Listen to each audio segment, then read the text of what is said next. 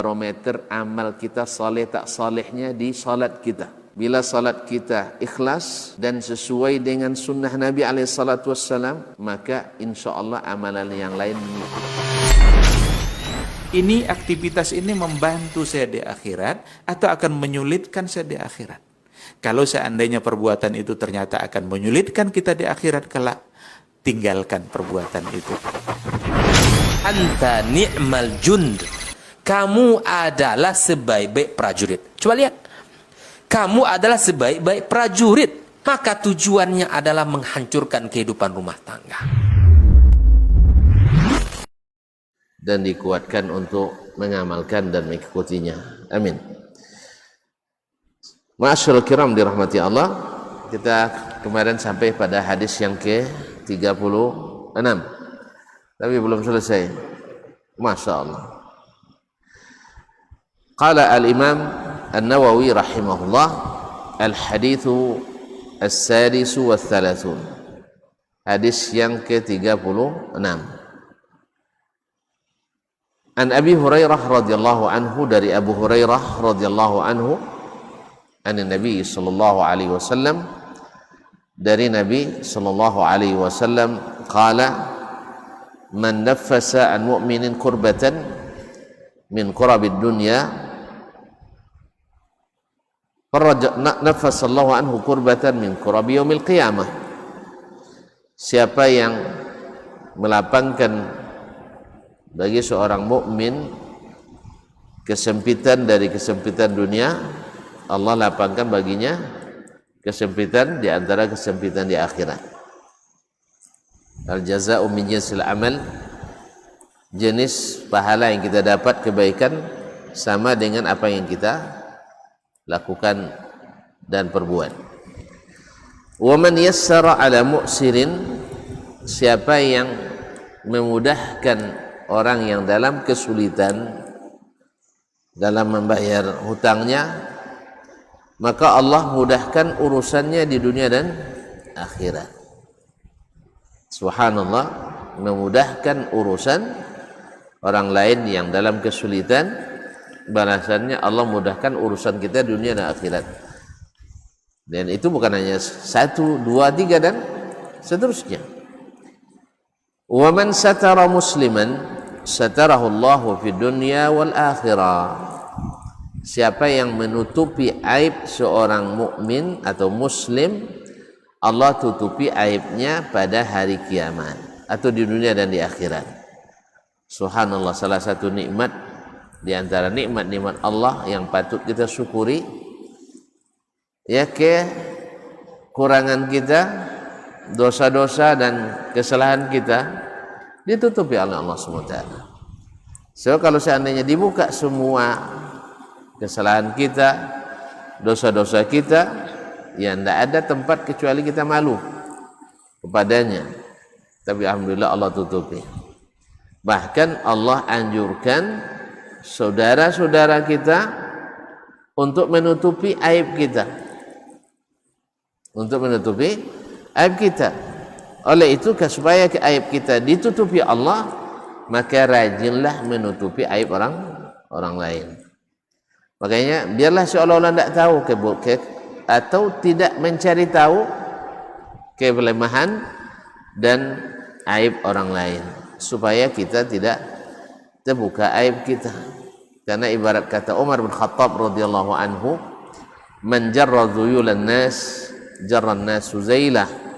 Siapa yang menarik-narik sarung orang, maka dia akan ditarik rame-rame sarungnya. Ya, kalau ditarik rame-rame, tanggal sarung kita. Luar biasa malunya. Padahal kita sendiri narik, orang rame-rame menarik sarung kita. Oleh sebab itu, kalau kita mengetahui sesuatu yang membuat orang lain malu, maka yang harus kita lakukan pertama kali adalah menutupinya. Kaum muslimin dan muslimat dirahmati Allah. Sampai di sini kemarin kan? Nah, sekarang masuk pada wallahu fi aunil abdi ma kana al abdu fi auni akhi. Allah akan senantiasa memberikan pertolongan kepada hamba selama hamba itu suka menolong saudaranya. Ma'asyiral kiram dirahmati Allah. Ya, tolong menolong ya secara fitrah kita suka pada orang yang menolong memang. Siapapun yang menolong kita dalam kesulitan, tidak perlu payah-payah mengangkat beban yang begitu ringan sebenarnya, dia tolong. Itu luar biasa berkesannya. Misalnya orang sedang bawa sesuatu, lalu kita tawarkan, bisa saya bantu? Subhanallah. Ya, itu saja. Kadang ditolak juga bantuannya, tidak apa-apa. Tapi subhanallah, pekerjaan seperti ini di samping di hadapan manusia terpuji dan di hadapan Allah pasti akan membuat kita senantiasa ditolong oleh Allah Subhanahu wa taala. Nah, kalau Allah yang menolong kita, tidak ada kesulitan yang tidak bisa diatasi. Kalau Allah yang membantu kita, tidak ada yang berat yang tidak bisa kita pikul. Tidak ada yang sulit yang tidak bisa kita carikan jalan solusinya. Oleh sebab itu, ini juga Nabi SAW mengajarkan kita untuk senantiasa menolong saudara. Jadi kita ini baru dapat yang seperti ini kaum muslimin, ya, senang membantu itu bila kita merasa ketika orang membutuhkan kita itu adalah nikmat Allah pada kita. Jadi Allah membuat orang membutuhkan kita dan bisa kita lakukan apa yang dia butuhkan pada kita, kita bantu, itu adalah nikmat yang luar biasa yang Allah berikan. Sebab dengan demikian seseorang akan merasa bahagia, dan tidak mungkin orang membahagiakan orang kecuali orang yang sudah merasakan bahagia terlebih dahulu. Makanya seorang khalifah, Abdul Malik ibn Marwan, salah seorang khalifah Bani Umayyah, ketika ditanya kepadanya, apa nikmat yang sangat nikmat engkau rasakan? Padahal sudah pucuk kekuasaan ada di tangan, tampuk kekuasaan ada di tangannya, khalifah. Kemudian harta, makanan apa saja yang lezat bisa dia konsumsi. Kendaraan yang paling hebat di masanya dia dikendarai. Bahkan istri yang cantik-cantik jelita bisa dia pinang. Apa kesenangan? Dia bilang, kesenangan yang paling menyenangkan di saat saya bisa menyenangkan orang lain. Berarti hanya bisa menyenangkan orang kalau kita sudah merasa senang. Kalau tidak merasa senang, tidak akan mungkin menyenangkan. Nah, di saat kita membantu orang, menyenangkan orang itu, sebenarnya kita sendiri yang senang. Dan orang yang dalam keadaan senang itu adalah luar biasa bantuan Allah kepadanya. Jadi ketika orang dijadikan Allah membutuhkan kita dan kita mampu untuk memberikannya, itu sebenarnya nikmat luar biasa. Tapi di saat kita mampu seharusnya tapi tidak mau melakukannya, sesungguhnya ini sebenarnya mungkin ini adalah bentuk dari kesulitan yang Allah berikan kepada kita. Kita mampu, tidak merugikan kita, tidak ada sedikit pun merugikan kita. Ya, apapun kesulitan orang kita bantu dengan tentu saja sesuai yang kita mampu. Ya, tidak mungkin awak belum bini lagi nyuruh orang pula bini 4 kan, bantu pula, tidak mampu. Nah, jadi kaum muslimin dan muslimat dirahmati Allah, wallahu fi auni al-abdi ma kana al-abdu fi auni akhihi. Ini kaum muslimin dan muslimat sangat-sangat sangat terbukti. Ada seseorang dari mahasiswa berasal dari negara salah satu negara Islam. Dia cerdas, selalu juara 1. Di malam ujian datang kepadanya seorang mahasiswa lain yang tidak begitu beruntung lah. tidak selalu cerdas. Minta catatan catatan pelajarannya, diktatnya. Kan biasanya masing-masing kan punya mencatat sendiri. Untuk difotokopi, dihafalkan. Biasanya kalau kita cari tentu yang pintar kita cari kan. Cari, ternyata tidak mau dia. Di malam ujian orang nak ngulang, baru minta. Salah juga memang. Tapi karena penolakannya yang tidak dengan cara yang baik, akhirnya tidak diberikannya. Sudahlah tak diberi, tak dikata-katai lagi. Selama ini kemana aja kamu? Ini itu kan. Kok baru semalam sekarang seperti ini? Subhanallah, Allah ingin tunjukkan bahwa orang yang tak mau membantu saudara tak dibantu Allah. Walaupun antum pintar. Akhirnya apa? Yang tadi minta tolong lulus, yang dimintai pertolongannya tidak lulus. Padahal dia orang pintar. Ini seperti yang diceritakan oleh guru kami Syekh Muhammad bin Muhammad Al-Mukhtar Asy-Syanqiti hafizahul maula. Jadi yang pintar tadi tidak lulus, Ustaz. Karena dia tidak mau menolong saudaranya. Kaum muslimin, mungkin banyak di antara penyebab kegagalan usaha kita, kegagalan kita dalam suatu pekerjaan. Mungkin wallahu alam kita sangat pelit dalam memberikan pertolongan pada saudara kita. Pada ini luar biasa kalau Allah yang membantu, Allah yang menolong, tidak ada jalan yang sempit, tak ada yang sulit insyaallah kecuali Allah lapangkan. Oleh itu kaum muslimin dan muslimat dirahmati Allah, kali ini dihidupkan kembali ruh tolong menolong yang ada di kalangan atau di antara masyarakat, maka pertolongan Allah akan bertubi-tubi datang kepada kita. Setiap ada masalah, Allah pasti mudahkan urusan kita. Gimana tidak? Allah berjanji dan Allah tidak mungkir janji. Kaum muslimin dan muslimat dirahmati Allah SWT. Kemudian Nabi melanjutkan, wa man salaka tariqan yaltamisu fihi ilman sahhalallahu bihi tariqan ilal jannah. Barang siapa yang menempuh suatu jalan yaltamisu fihi ilman, di jalan itu dia mencari ilmu, sahhalallahu bihi tariqan ilal jannah, Allah akan mudahkan baginya jalan ke surga. Ma'asyiral kiram dirahmati Allah SWT. Pertama, di sini Nabi SAW mengajarkan kita bahwa ilmu itu mesti dicari. Ilmu itu mesti dituntut, dipelajari. Tidak datang sendiri. Oh, kita seorang pintar, saya orang cerdas, saya bisa. Tidak. Ilmu itu mesti dicari. Dan mencari ilmu itu adalah jihad. Adalah sama dengan berjihad.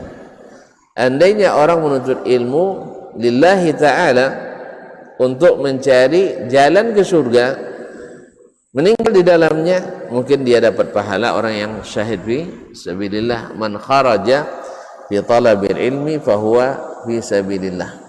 Siapa yang keluar pergi mencari ilmu, maka dia sama dengan berjuang fi sabilillah. Ma'asyiral kiram dirahmati Allah. Yang kedua, bahwa ilmu bila kita dapatkan memudahkan jalan ke surga. Coba mencarinya saja itu jalan ke surga, karena dihitung pahala berjihad. Ketika ayat turun, ayat فَلَوْلَا نَفَرَ مِنْ كُلِّ فِرْقَةٍ مِنْهُمْ طَائِفَةٌ لِيَتَفَقَّهُوا فِي الدِّينِ. Ini ayat turun di saat Nabi kembali dari perang Tabuk. Perang Tabuk di masa sulit. Di masa sulit. Sampai-sampai sahabat bergantian naik onta, satu onta 3 orang bergantian. Di saat yang satu naik, yang 2 jalan kaki. Dia pakai ship naik ontanya. jaraknya tidak terlalu jauh nah. Kalau dengan jarak jalan sekarang, saya lihat di apa namanya di bukan apa namanya bukan plak apa namanya yang ada di rambu-rambu itu apa namanya, menunjuk arah sekian kilo apa namanya, tidak ada yang tahu namanya ya. Papan apa tuh? Astagfirullahaladzim. Kan tidak ada yang tahu namanya. Di situ tulis Padang sekian kilometer. Apa namanya? Pelang bukan? Entahlah pun, tidak ada yang tahu rupanya. Saya pun lupa. Nah, kalau saya di bahasa Arab tahu saya lauha. Atau lafita. Apa namanya itu bahasa kita? Tidak ada di kampung ini betul. Jadi hanya lebih kurang 778 km. Dekat kan? Dekat ya dari sini ke ya lebih kurang sini ke Lampung nah. Jadi naik onta bergantian 3 orang. Sampai-sampai disebutkan saking lama dan beratnya medan mereka berjalan, sendal mereka bocor-bocor. Ya. Dan di musim dingin pula. La ilaha illallah. Nah, di saat pulang itu Allah turunkan ayat, wa ma kanal mu'minuna liyanfiru kaffah. Tidak mesti semua orang beriman pergi berjihad, berperang fisabilillah. Ada adanya falaula nafara min kulli firqatin minhum ta'ifatun liyatafaqahu fid din. Mesti ada dari setiap kelompok atau setiap golongan sekelompok yang pergi menuntut ilmu. Berarti disejajarkan dengan jihad fi sabilillah. Ma'asyurul kiram. Makanya Nabi katakan, man kharaja fi talabil ilmi fahuwa fi sabilillah. Siapa keluar untuk ilmu buat fi sabilillah. Nah, kalaulah fi sabilillah orang pergi perang sabil, ya perang sabil dan mati syahid, masuk surga tanpa hisab. Makanya menuntut ilmu itu adalah membuat kita mudah masuk surga. Menempuh jalan itu aja menuju surga. Itu yang pertama. Makna yang kedua adalah di saat kita berilmu banyak peluang amal yang kita ketahui yang sebelumnya tidak kita ketahui. Sebelumnya kan kita tidak tahu, tapi setelah kita belajar ilmu semakin banyak. Ya, ternyata subhanallah, itu tanaman pohon di surga satu kali. Dulu sebelum berilmu kita kan tidak semangat kan. Setelah menuntut ilmu, rupanya orang dibuatnya nyanyi-nyanyi, ternyata ini aman. Kemudian siapa yang berzikir baca ini di waktu ayat kursi misalnya, setiap selesai solat fardu, tidak ada lagi jarak antara dia dengan surga kecuali mati. Artinya pertama semakin rajin kita solat fardu, karena tidak ayat kursinya aja, mesti selesai solat fardu. Akhirnya bertambah semangat kita belajar itu, mengerjakannya. Tadi kemarin lagi dalam pertemuan bulan yang lalu kan kita sebutkan 2 rakaat salat sunat subuh lebih baik daripada dunia dan seisinya. Dulu orang gara-gara rokok takut dipadamkan, tak mau dia sholat subuh. Padam rokok banyak nyamuk katanya. Jadi ada awal di petikan pertama itu jam 3, kadang berangkatnya menuju utara, ada jam 3 motong ada kan? Sampai nanti jam 11 siang mati-mati rokoknya. Sayang mematikan rokok, dia tidak mau sholat subuh karena dia tidak tahu, dikiranya rokok lebih berharga dari dunia dan seisinya. Kadang-kadang istri minta sanggup dia ceraikan istri gara-gara sebatang rokok. Iya. Subhanallah, kaum muslimin dan muslimat dirahmati Allah SWT. Abang berhentilah mokok bang katanya. Duluan saya jatuh cinta ke rokok daripada kamu katanya. Kaum muslimin, ternyata setelah kita berilmu tahu itu, oh ternyata 2 rakaat salat subuh sunatnya ini lebih baik daripada dunia dan seisinya. Sejak itu saya tak mau lagi pergi motong, pergi nyarok karet kecuali selesai salat subuh. Selesainya sama juga, sama selesainya bang. Yang bangkit jam 2 dengan bangkit jam 5 sama selesainya. Karena apa? Yang satu tidak barakah, yang satu barakah. Jadi dengan demikian kaum muslimin dengan berilmu, jalan menuju surga itu semakin terang, semakin terang di hadapan kita. Bahkan ternyata masuk masjid wajib pahala, masuk rumah wajib ada pahala, masuk keluar rumah mesti ada pahala, bahkan dekat-dekat istri mesti ada pahala. Kalau selama ini kan kita tidak, kalau tidak ilmu, tidak ada ilmu, semuanya sama, tidak ada bedanya kita dengan yang itu ya, tidak ada bedanya kita dengan yang itu. Kan ada anekdot dibuat orang, ada seorang bapak-bapak kerja di sawah membajak. Bajak pakai apa biasanya? Kalau dulu sapi kan, ya pakai sapi. Tiba-tiba azan zuhur, azan zuhur. Sapi bertanya, Tuan, itu suara apa itu? Suara azan. Maksudnya apa? Untuk memanggil manusia untuk pergi ke masjid salat zuhur. Ayolah, ngerti. Tapi tuannya tetap melanjutkan kerja. Paling berhenti makan siang, kerja lagi. Enggak juga ke masjid. Lepas itu pas asar azan lagi, azan lagi.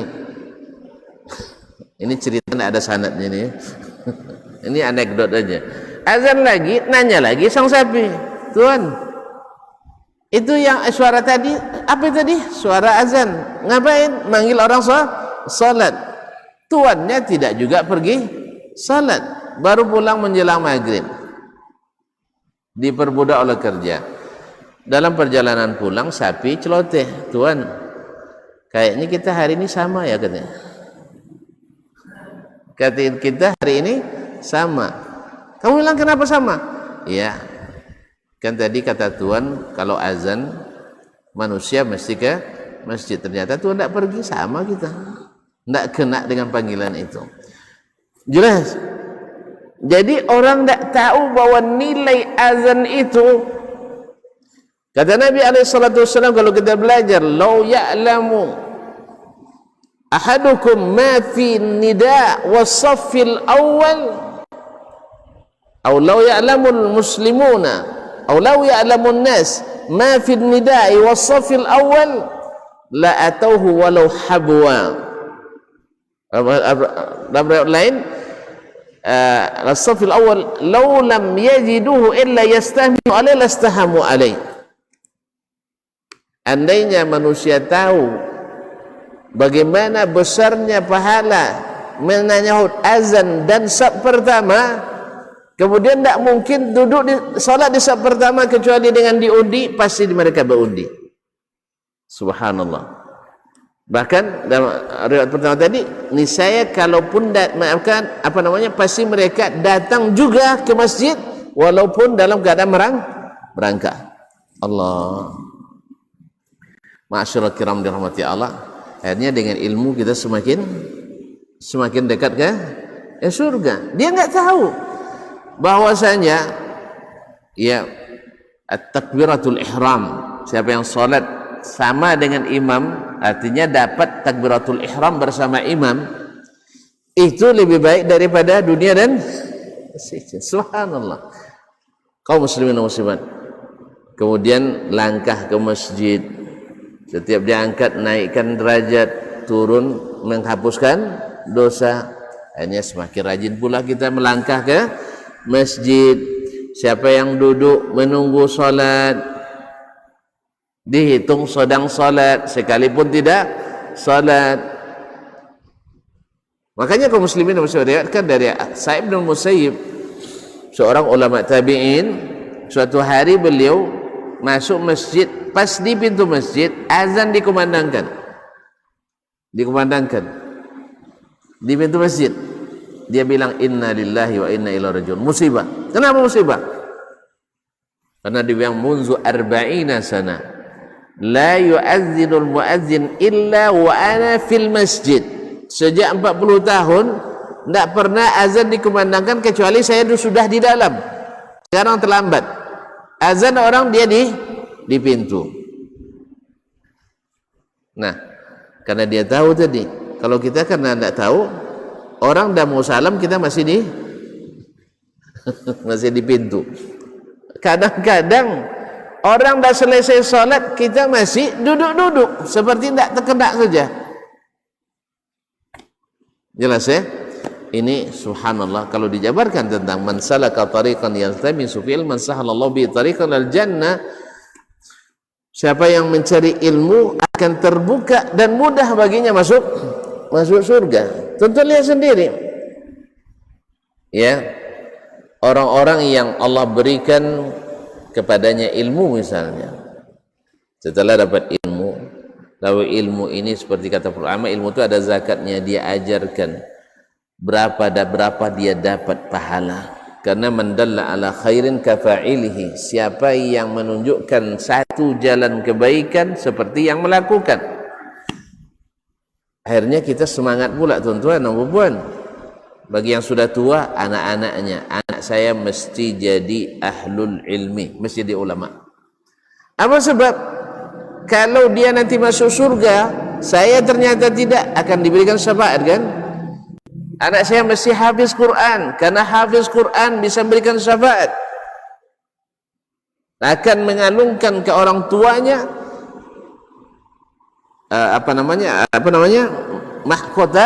mahkota kebanggaan di akhirat nanti. Allah, ini semuanya dari ilmu. Kalau tidak kita berilmu, tertutup semuanya, serba haram aja semua, bid'ah aja semua katanya. Itu yang keluar gitu. Sepadahal yang haram tidak banyak, ada yang halal yang lebih banyak, yang bid'ah tidak banyak, yang sunnah yang banyak. Tapi karena tidak berilmu, tertutup. Makanya oleh sebab itu kaum muslimin dan muslimat ini harus selalu dibaca di hadapan, dibahas kepada masyarakat kita, khususnya yang belum tersentuh untuk menuntut ilmu. Kita kaum muslimin sebelum berilmu, kita duduk mendengar azan, antara azan dan qamat itu berat luar biasa. Ya tak? Berat luar biasa. Kadang-kadang suruh qamat katanya. Imam belum datang sudah dipaksa qamat. Kalau terlambat imam suruh ganti sama pengurus. Padahal di situ banyak kebaikan antara azan dan qamat. Setelah berilmu baru dapat. Makanya man salaka tariqan yaltamisu fi ilman sahalallahu bihi tariqan ilal jannah. Orang-orang yang Allah berikan kesenangan duniawi. Ada orang masya Allah hartanya melimpah, tetapi tak pandai menjadikannya masuk surga. Bukan tak cerdas, tetapi cerdasnya cari dunia saja, sehingga harta yang banyak tidak tersebut untuk bekalnya masuk surga. Tapi Allah yang lebih tahu tentunya, kita tidak tahu. Tapi yang jelas tak ada masjid yang diselesaikannya, tidak ada sekolah yang dibantunya, tidak ada anak yatim disantuninya, tidak ada pula janda yang jangan langsung nikah aja Pak, dibelanjainya. Ya bapak ni nak langsung nikah, dah tua-tua nak nikah lagi nam. Indah. Tapi wallahu alam, orang kan ada yang semuanya disembunyikan kan, sampai nikah pun disembunyikan. Zaman ini zaman sembunyi-sembunyi, orang banyak ikhlas gitu ya. Ma'asyiral kiram dirahmati Allah. Kenapa? Karena tidak berilmu, tidak ngaji. Lihat dulu Qarun, apa kurangnya? Qarun hartanya bersepah di mana-mana. Asal ada orang ketemu di Pajajaran ini, harta pasti dibilang harta karun. Semuanya harta karun. Jadi manusia terkaya sepanjang sejarah itu adalah Pak Karun. Pak Karun di mana-mana. Tapi tidak bermanfaat hartanya itu. Bakhil luar biasa. Bahkan keluarganya saja tidak menikmati. Nauzubillah, tsumma nauzubillah. Maka di sini pentingnya ilmu. Lalu setelah diberikan ilmu, ya, dulu kalau para sahabat di masa jahiliyah, sebelum berilmu kan hartanya untuk poya-poya kan, untuk macam-macam kesenangan dunia. Lalu datang Rasulullah SAW membimbing mereka. Maka lahirlah orang-orang yang, ya, seperti, ya, ramai mereka. Rata-rata mereka berwakaf. Sahabat itu rata-rata punya wakaf. Bukan kaya semua, enggak. Kita kaya saja enggak berani berwakaf. Kadang suruhnya ada wakafnya, tanah enggak berapa tahun enggak diurus-urus kan, Ustaz tolong bikin sekolah di situ. Padahal kalau nak wakaf sempurna itu, berikan tanahnya, buatkan gedungnya, siapkan gurunya, kasih gajinya. Enggak juga habis itu. Enggak juga habis. Tapi enggak mungkin itu dilakukan kecuali dengan ilmu. Alhamdulillah ada orang tua dulu tidak berilmu, lalu anaknya pergi menuntut ilmu. Dia hanya cari uang. Setelah anaknya pulang, anaknya bawa apa? Bawa ilmu. Orang tuanya siapkan apa? Siapkan uang. Akhirnya dipadukan antara uang dengan ilmu, menjadi sebuah lembaga pendidikan. Ayahnya jual sekian kapling sawitnya, lalu disiapkan lahannya, dibangunkan gedungnya, dibelikan furniturnya, lalu direkrut guru-gurunya, dan anaknya jadi pimpinannya. Sehingga harta yang tadi dicari berkat ilmu anaknya menjadi sesuatu yang mengalir untuk orang tuanya. Jadi kalau tuan-tuan dah kaya sekarang misalnya, nanti suruh anak menjadi alim, karena ulama lah yang menunjukkan jalan ke surga. Kalau tanpa ilmu, tidak tahu kita jalan ke surga itu sempit, semuanya serba sulit. Bahkan nengok orang ngaji-ngaji, ngapain lo orang tuh ngangguk-ngangguk di masjid. Yang begini ini sia-sia katanya. Lebih baik malam Ahad ini atau malam Minggu ini kita menikmati rekreasi kemana-mana atau wisata kuliner dan sebagainya. Rugi menuntut ilmu itu. Tidak tahu dia bahwasanya dunia ini di sisi Allah tak berharga, tidak sampai nilainya sebelah sayap lalat. Kita dapat sebagian kecil dari dunia itu, sehingga kita jual akhirat kita dengan harga yang sangat murah itu, gara-gara tidak berilmu. Orang-orang hebat betul di dunianya, tetapi tidak tahu jalan ke surga gara-gara tidak berilmu. Tapi setelah berilmu, kaum muslimin dan muslimat, insinyur dulu bisa bikin masjid. Iya, dirancang masjid, tapi tak ada nilai yang masuk dalam dadanya. Apa sebab? Dia tidak berilmu. Yang dia tahu hanya mencari keuntungan. Alhamdulillah dengan mengaji, banyak arsitek-arsitek bikin masjid, dia yang rancang, gratis. Ini wakaf saya. Kapan dapat? Setelah berilmu. Ternyata ilmu yang seperti itu baru berguna, tepat guna ketika ada ilmu agama. Jelas ya? Alhamdulillah.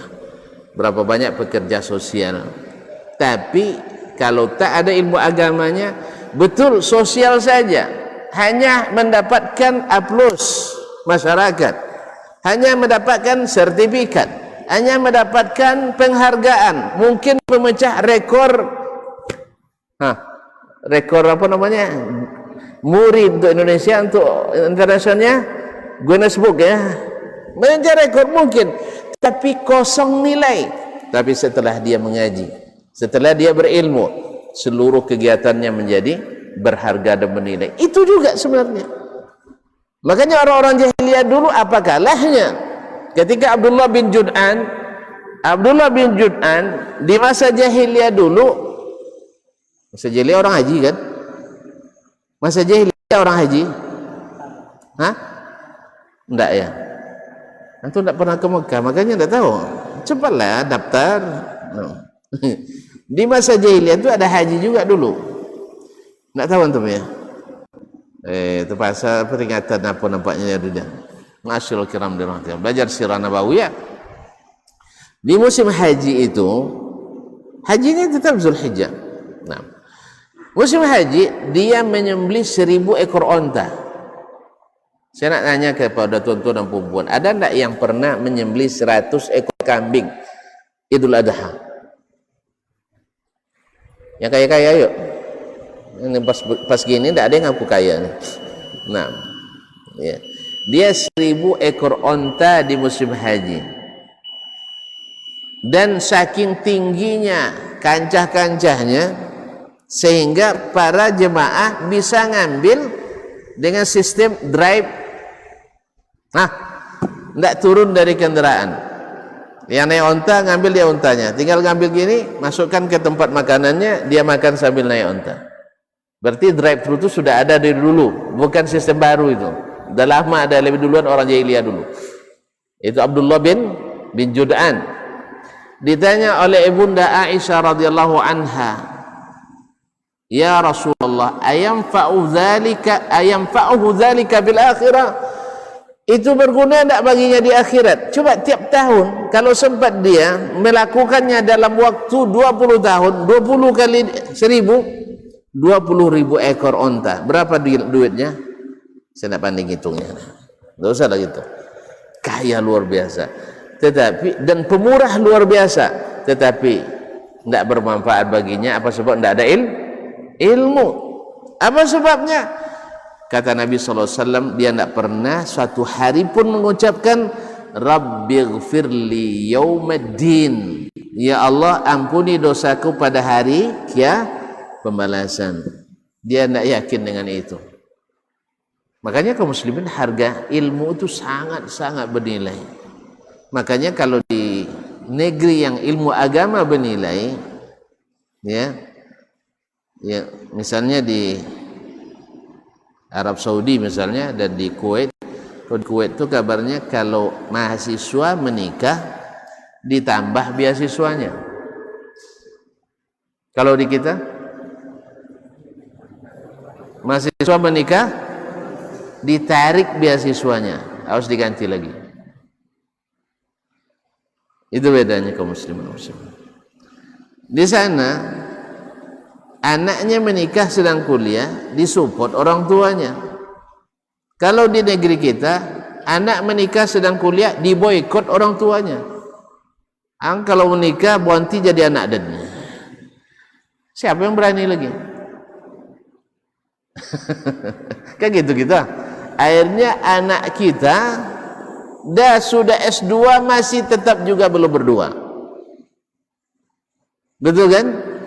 Akhirnya banyak di antara kita ada tua-tua belum juga menikah. Apa sebab?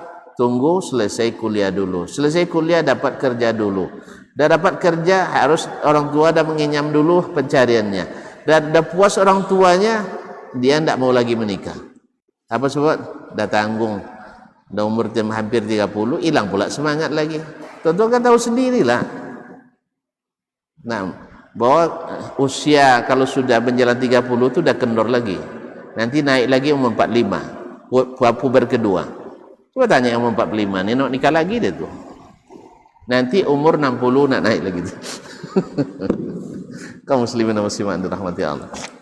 Jadi di situ pentingnya agama.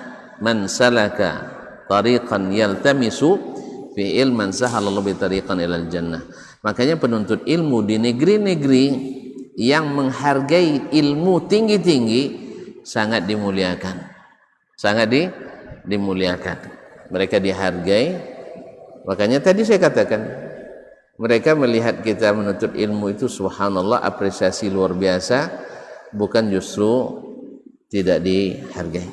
Pas waktu subhanallah.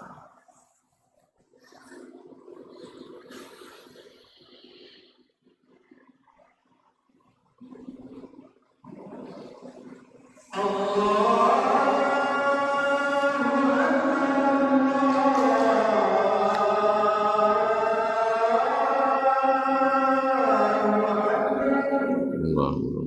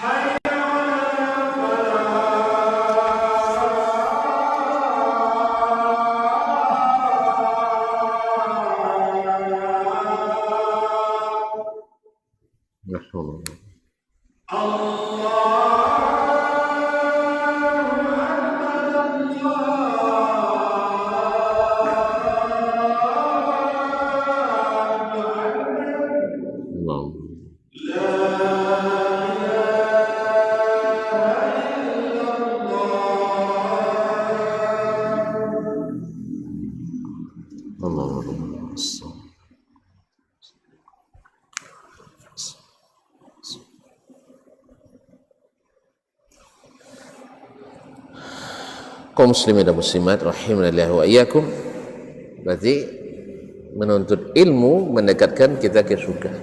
Kemudian berkaitan dengan masalah ini juga Nabi SAW mengatakan wa majtama'a qaumun bi baitin min buyutillah yatluna kitaballah wa yatadarasunahu bainahum, tidaklah suatu kaum duduk di salah satu rumah Allah. Ini kan rumah Allah nih.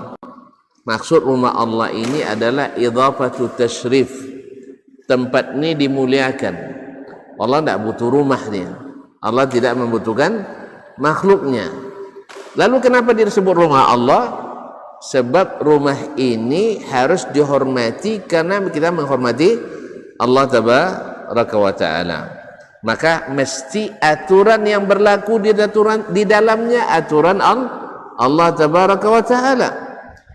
Makanya Allah sebutkan wa annal masajida lillah, sesungguhnya masjid-masjid itu termasuk semua rumah ibadah lillah, milik Allah. Maksudnya masjid-masjid itu, tempat-tempat beribadah itu milik Allah.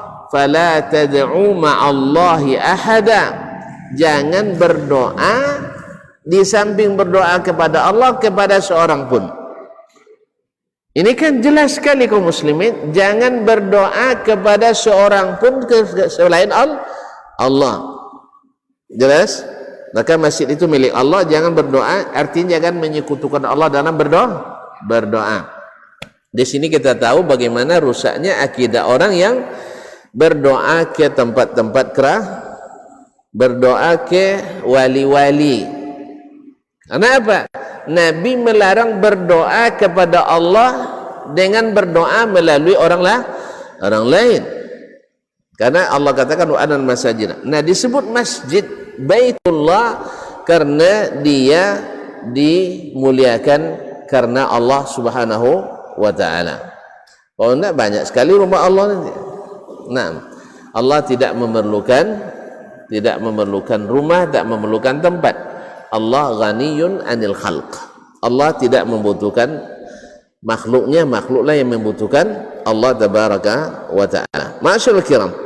Nah, siapa yang duduk di rumah Allah, yatluna kitab Allah, membaca kitabullah, artinya ayat-ayat Allah tabaraka wa ta'ala, wa yatadarasunahu bainahum, mereka sama-sama mempelajarinya, sama-sama belajar ayat-ayat Allah tabaraka wa ta'ala, illa nazalat alaihimus sakinah, kecuali mesti turun pada mereka as-sakinah, ketenangan. Makanya saking tenangnya banyak yang tertidur di majlis. Saking tenangnya. Taib, wa ghasyiyatuhumur rahmah, mereka diliputi rahmat Allah Subhanahu wa taala. Kaum muslimin, memang masuk ke majelis ilmu itu menenteramkan. Ya, awalnya mungkin kita nak coba-coba aja dulu kan. Ya, tapi setelah, kalau benar-benar yang dipelajari ilmu yang sahih, pasti menenteramkan. Ya, Allah yang berjanji, wa ghasyiyahumur rahmah wa haffathumul malaikah, dan mereka akan dikelilingi oleh malaikat.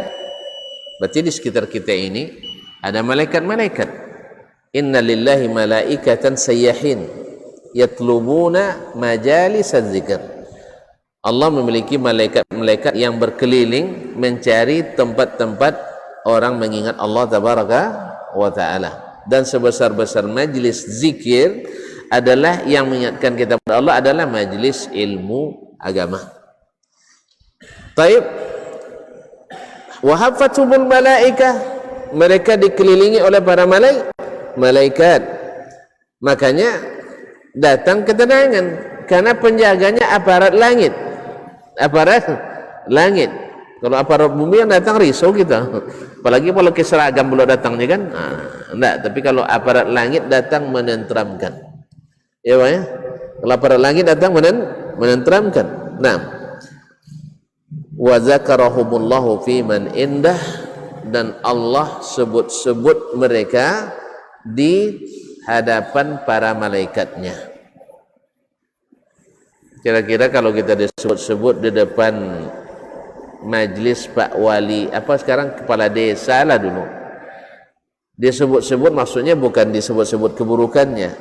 Itu orang-orang yang mengaji di Masjid Muhajirin itu perlu disupport itu. Misalnya di situ ada Pak Sianu, ada si Fulan, sejak mengaji itu Masya Allah sayang pada keluarganya luar biasa. Dulu jarang di rumah, sekarang sering di rumah. Dulu sering piring melayang, sekarang enggak ada. Misalnya sedang ngaji, sejak mereka ngaji masjid selalu bersih misalnya, dan seterusnya. Kira-kira tuan-tuan senang enggak mendengar? Itu baru di depan Pak Kepala Desa. Disebut lagi depan Pak Camat, tuh masjid tuh mesti kita bangun tuh, lampunya mesti kita tambahkan terangnya, berlistriknya kita gratiskan. Wih, luar biasa, terbang kita dibuatnya. Alhamdulillah, tambah semangat kita, ya kan? Apalagi disebut depan bupati, disebut pula di depan Pak Gubernur, sampai Pak Gubernur tertarik dia. Kalau gitu saya mesti datang ke situ, kalau perlu ikut ngaji bersama mereka. Masya Allah. Misalnya nih, sampai pula berita ke Pak Presiden, sebut-sebut depan menteri. Bangga nak ya? Walaupun tak jadi presiden, tapi Masya Allah dengar nama presiden. Nah, ini kalau demikian saja kita, makhluk yang tidak bisa memanjangkan hidup kita, makhluk yang tidak bisa menghindarkan musibah dan bahaya dari kita, yang tidak bisa menyelamatkan kita dari neraka, sudah begitu gembiranya kita. Bagaimana dengan Rabbul Alamin yang menyebut kita di depan-depan atau di depan para malaikat yang suci, la ya'sunallaha ma amarahum wa yaf'aluna ma yu'marun, yang tidak pernah bermaksiat kepada Allah dan selalu melakukan perintah Allah. Masya Allah, tabarakallah. Luar biasa kaum muslimin. Jadi kita ini mudah-mudahan termasuk yang disebut-sebut. Cuman sekali sebulan barangkali. Kayaknya harus ditambah ini, tidak bisa sekali sebulan. Tapi jangan dengan saya aja. Jadi ngaji itu semakin sering kita disebut. Semakin tak disebut, semakin tak ngaji tak akan disebut. Inilah maknanya mereka lupa kepada Allah, Allah pun membiarkan mereka. Tapi kalau kita selalu disebut-sebut Allah, pas tidak ada nanti Allah ingatkan. Makanya ketika saya tidak ngaji pun rezeki naik juga, sebenarnya Anda sudah ditinggalkan. Ya. Tapi kalau kita ketika terasa tidak ke masjid merasa ada yang kurang, itu sesungguhnya Allah mengingatkan kita dengan apanya? Dengan rahmatnya.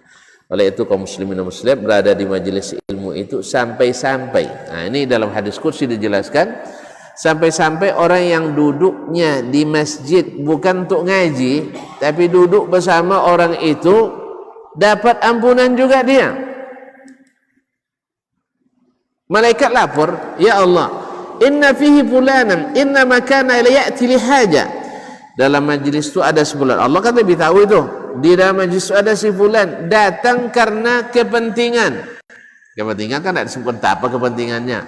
Entah nak cari orang yang berhutang kepadanya, mudah-mudahan ketemu, atau mungkin nak macam-macam lah niatnya dan sebagainya, atau nak ada kalau nak bujang nak cari calon mertua misalnya masjid kan, nak nengok-nengokkan badan pula di situ supaya diterima lamarannya nanti. Misal datang waktu itu, apa kata Allah Subhanahu wa taala?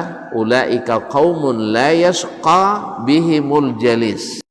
Orang-orang yang duduk di majelis zikir, majelis ilmu itu, siapa yang duduk dengan mereka tak ada yang rugi. Allah. Yang duduk bersama kita, apalagi yang ikhlas datangnya lillahi tabaraka wa ta'ala. Makanya kaum muslimin dan muslimat, sebagian orang kan ada tidak mau duduk di majelis ilmu, dia zikir sendiri, kadang mojok dia di suatu tempat. Ada juga sebagian tu dia majelis, dia tidak memperhatikan majelis ilmu. Sebenarnya yang seperti ini rugi, kecuali majelis ilmunya tiap hari diadakan di masjid lah. Mungkin waktu itu dia dia nak khususkan hari itu untuk zikir banyak-banyak. Dan sebaik-baik zikir itu adalah talabul ilmi, adalah menuntut ilmu. Karena dalam hadis Nabi sebutkan talabul ilmi sa'atan khairun min ibadati sanah. Menuntut ilmu sesaat lebih afdal daripada ibadah sunat setahun. Ini apalah zikir antara maghrib dan isya. Jelas? Jadi kaum muslimin dan muslimat dirahmati Allah SWT. Kemudian Nabi lanjutkan, wa man batta'a bihi amaluh lam yusri' bihi nasabuh. Siapa yang lambat amalnya, nasabnya tidak mempercepatnya masuk surga. Dia tidak ada terah biru, darah biru atau kasta. Dalam Islam tidak ada. Yang ada adalah inna akramakum indallahi atqakum. Sesungguhnya yang paling mulia di sisi Allah di antara kalian yang paling bertakwa. Abu Lahab paman Nabi tak bisa. Abu Lahab paman Nabi dekat dengan Nabi, nasabnya kan dekat kan, tapi nasabnya tidak membuatnya masuk surga. Jelas? Kemudian Abu Jahal sekampung dengan Nabi, tapi nasabnya tak bisa membuat dia selamat dari neraka. Apa sebab? Karena amalannya lambat. Apa sebab? Tidak mau dia starter. Kalau dia start asyhadu an la ilaha illallah, larinya kencang. Tapi karena dia mati mesinnya, tidak berjalan, maka walaupun mereknya apa mobil yang mahal dunia itu apa namanya? Tidak tahu juga gitu ya. Amat tak tahu turun. Lamborghini. Ada yang mahal pun itu. Limousine banyak menambang 2 rial dia Saudinya. Mobil ada yang mobil 6 miliar kan mobil kan. Tapi kalau tidak dihidupkan mesinnya kencang larinya enggak. Jadi man batta'a bihi amalu lam yusri' bihi nasabu. Siapa yang amalnya lambat, maka nasabnya tak mempercepat. Tetapi kalau nasabnya tinggi, mesinnya asli dan larinya kencang, amalnya kencang, tentu akan berlipat. Ya. Dalam hal ini misalnya ada orang nasabnya keturunan Nabi misalnya sallallahu alaihi wasallam. Keturunan Nabi tapi tak mengikut Nabi, berarti lambat. Lambat jalannya, lambat. Nasab ni tak berguna. Walaupun dia keturunan Nabi sallallahu alaihi wasallam. Keturunan kan cabang tuh. Keturunan itu kan cabang. Yang pangkalnya saja, pohonnya, pamannya sendiri, ini kan pokoknya. Datuknya sendiri, ini kan pokoknya. Tidak berguna nasab baginya karena tidak beramal, tidak mengikuti Nabi alaihi salatu wassalam. Bagaimana dengan ranting-ranting? Bagaimana dengan pucuk-pucuk? Bagaimana daun-daun yang sudah mesik pula, yang sudah kering? Nah, ada sebab itu intinya yang membuat kita cepat itu masuk surga adalah amal kita. Amal kita. Masyaallah kiram dirahmati Allah, dengan demikian selesai syarah hadis ini. Banyak pelajaran hadis ini. Di antaranya satu, bahwasanya Nabi atau Allah menyukai orang-orang yang suka memberikan kelapangan pada saudaranya.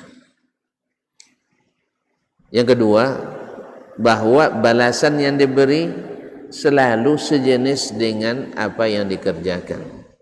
Suka meringankan selalu dapat keringanan, suka melapangkan selalu dapat kelapangan, suka menolong selalu dapat pertolongan, bersusah cari ilmu mudah masuk surga, dan seterusnya. Yang ketiga, bahwasanya hari kiamat itu ada dan pasti. Seperti Nabi katakan tadi, Allah lapangkan baginya kesusahan di akhirat, kesusahan hari kiamat. Masyaallah kiram dirahmati Allah. Yang keempat, bahwasanya Islam itu menginginkan kita selalu memudahkan, bukan mempersulit. Allah ingin kalian kemudahan, bukan ingin kesulitan. Maka kita juga harus selalu memudahkan orang, jangan mempersulit. Ini mentang-mentang pas dia pernah pegang tanda tangan, subhanallah, luar biasa, semuanya sulit. Ada memang kerjanya gitu, kalau bisa dipersulit, kenapa dipermudah? Padahal rumus yang baik itu kalau bisa dipermudah, kenapa dipersulit? Orang yang sulit, suka mempersulit, dia sendiri dengan diri sendiri gak sulit. Dia sendiri dengan dirinya sendiri sulit. Nah, kemudian dianjurkan menutupi aib saudara. Walaupun kita tidak perincikan kemarin, ya, aib itu hukum asalnya ditutupi. Kecuali bila ditutupi dia menjadi-jadi.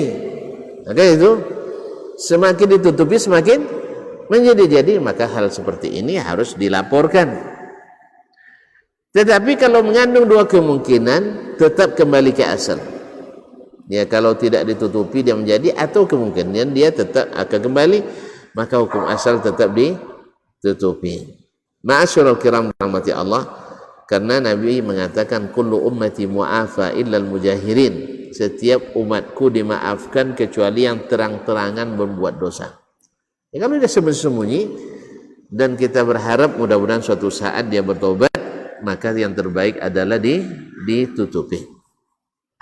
Kaum muslimin dan muslimat dirahmati Allah SWT, dan sesungguhnya di antara jalan, bahkan mungkin jalan terbesar untuk memudahkan kita masuk surga adalah dengan masuk menuntut ilmu. Menuntutnya saja sudah menuju surga, apalagi mendapat dan mengamalkannya. Masyaallah kiram dirahmati Allah SWT, dan bahwasanya majelis ilmu itu yang terbaik di rumah Allah. Alhamdulillah, ulama-ulama besar kita sampai hari ini yang benar-benar ulama adalah alumni masjid bukan alumni universitas. Alumni universitas, kenapa mereka hebat? Karena rata-rata mereka di masjid. Rata-rata di masjid. Tapi kalau sudah mulai jauh dari masjid, tak akan lahir keluaran yang hebat. Tak akan lahir ilmuwan ulama yang hebat.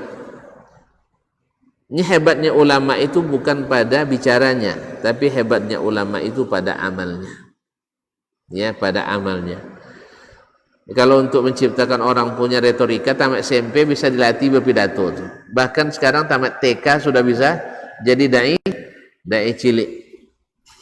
Tetapi yang dibutuhkan adalah orang-orang yang beramal. Sebab apa? Sebab amallah yang mempercepat kita masuk surga, bukan nasab, bukan predikat, bukan titan. Oleh sebab itu, supaya kita semangat menuntut ilmu, maka Allah berikan kelebihan-kelebihan untuk orang yang menuntut ilmu, khususnya di masjid. Turun ketenangan, turun rahmat, dikelilingi malaikat, dan di akhir majlis dikatakan qumu maghfuran lakum, berdirilah kalian dalam keadaan diampuni dosa kalian. Bahkan siapapun yang ikut di dalamnya, walaupun tak mencari ilmu asalnya, tetap dapat imbas kebaikan itu. Makanya benarlah kata Nabi SAW, orang yang duduk dengan orang soleh itu seperti dengan orang yang bersama penjual minyak wangi. Untung-untung diberinya kita minyak wangi itu. Ya, kalau kita ke tempat minyak wangi kan pasti ada testernya, ya kan? Ada testernya. Kalau apalagi di sana di Arab Saudi itu, kalau tuan-tuan nak ke masjid agak bau-bau dikit, singgah aja di tempat, jangan pura-pura nak mau beli aja. Atau memang nak beli pasti dites dulu, dites semprotnya. Akhirnya dah berjenis-jenis minyak wangi di badan kita. Nah, kaum muslimin dan muslimat, sama juga orang nak beli korma kan, orang beli korma sana semuanya dicobanya. 60 jenis korma, 60 jenis masing-masing satu butir, dan lebih sekilo masuk perut itu. Dites semua. Halal katanya kan. Allah musta'an. Jadi bersama orang menuntut ilmu di masjid itu menguntungkan, tak ada yang rugi. Andainya antum masih berat, payah menuntut ilmu, sembah halal aja, semua haram semua nanti semua tak boleh kan misalnya. Nah, duduk ajalah dulu, ngintip-ngintip ajalah dulu. Nah, ngintip-ngintip aja, tidak ada masalah. Ya. Bahkan mungkin intel-intel yang ngintip pun nanti akan keranjingan juga dia. Karena memang ilmu itu indah, menyejukkan, mendatangkan rahmat. Makanya kaum muslimin dan muslimat dulu, nah ini di zaman jahiliyah dulu, orang Quraisy, Abu Jahal pernah ngintip Nabi baca Quran malam-malam. Di sudut sana ada pula Utbah bin Rabi'ah atau yang selainnya, atau Walid ibn al-As, ayahnya Khalid bin Walid. Jadi mereka sedang ngintip Nabi, ikuti bacaan Al-Quran yang dibaca Nabi di salat malamnya. Mereka tiba-tiba masuk ke dalam relung hatinya. Dia hampir menangis pula dia meresapi ayat-ayat itu. Sambil berinsut-insut, yang di sana berinsut ke situ, yang di berinsut ke situ, ketemu di situ. Ngapain sini katanya? Nggak, nengok-nengok memantau katanya. Ya, mengintip Nabi. Akhirnya karena syaitan mereka kembali kepada kekufurannya. Tapi ternyata kaum muslimin muslimat mendengarkan ayat Allah, Allah berjanji la'allakum turhamun, kalian akan dapat rahmat mendengar ayat itu. Makanya sekalipun misalnya niatnya datang ke kajian bukan karena mengikut kajian, tapi tetap saking begitu pemurahnya Allah Subhanahu wa taala kepada orang yang duduk di rumah Allah tabaraka wa taala. Yang selanjutnya, bahwa nasab tidak akan berguna banyak apabila tidak diiringi dengan amal dan ilmu yang benar. Mudah-mudahan Allah Subhanahu wa taala menjadikan kita orang-orang yang senantiasa berada di majelis ilmu, yang senantiasa mengamalkan ilmu dan menyebarkan ilmu. Wallahu taala alam. Wa sallallahu ala nabiyina Muhammadin sallallahu alaihi wasallam. Sekiranya tidak ada pertanyaan, karena sudah sangat jelas. Ya. Kalau tidak saya tambah lagi poin-poinnya. Masih banyak. Ya. Itu ajalah dulu ya. Ya, takut nanti gara-gara banyak lupa semuanya. Terima kasih dan mohon maaf. Wa sallallahu ala nabiyina Muhammadin wa sallam wa subhanakallahumma bihamdik Asyhadu an la ilaha illa anta astaghfiruka wa atubu ilaik.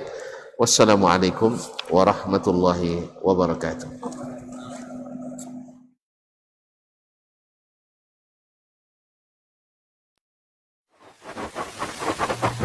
Barometer amal kita saleh tak salehnya di salat kita. Bila salat kita ikhlas dan sesuai dengan sunnah Nabi SAW, maka insya Allah amalan yang lain mengikuti. Ini aktivitas ini membantu saya di akhirat atau akan menyulitkan saya di akhirat. Kalau seandainya perbuatan itu ternyata akan menyulitkan kita di akhirat kelak, tinggalkan perbuatan itu. Anta ni'mal jund. Kamu adalah sebaik-baik prajurit. Coba lihat. Kamu adalah sebaik-baik prajurit. Maka tujuannya adalah menghancurkan kehidupan rumah tangga.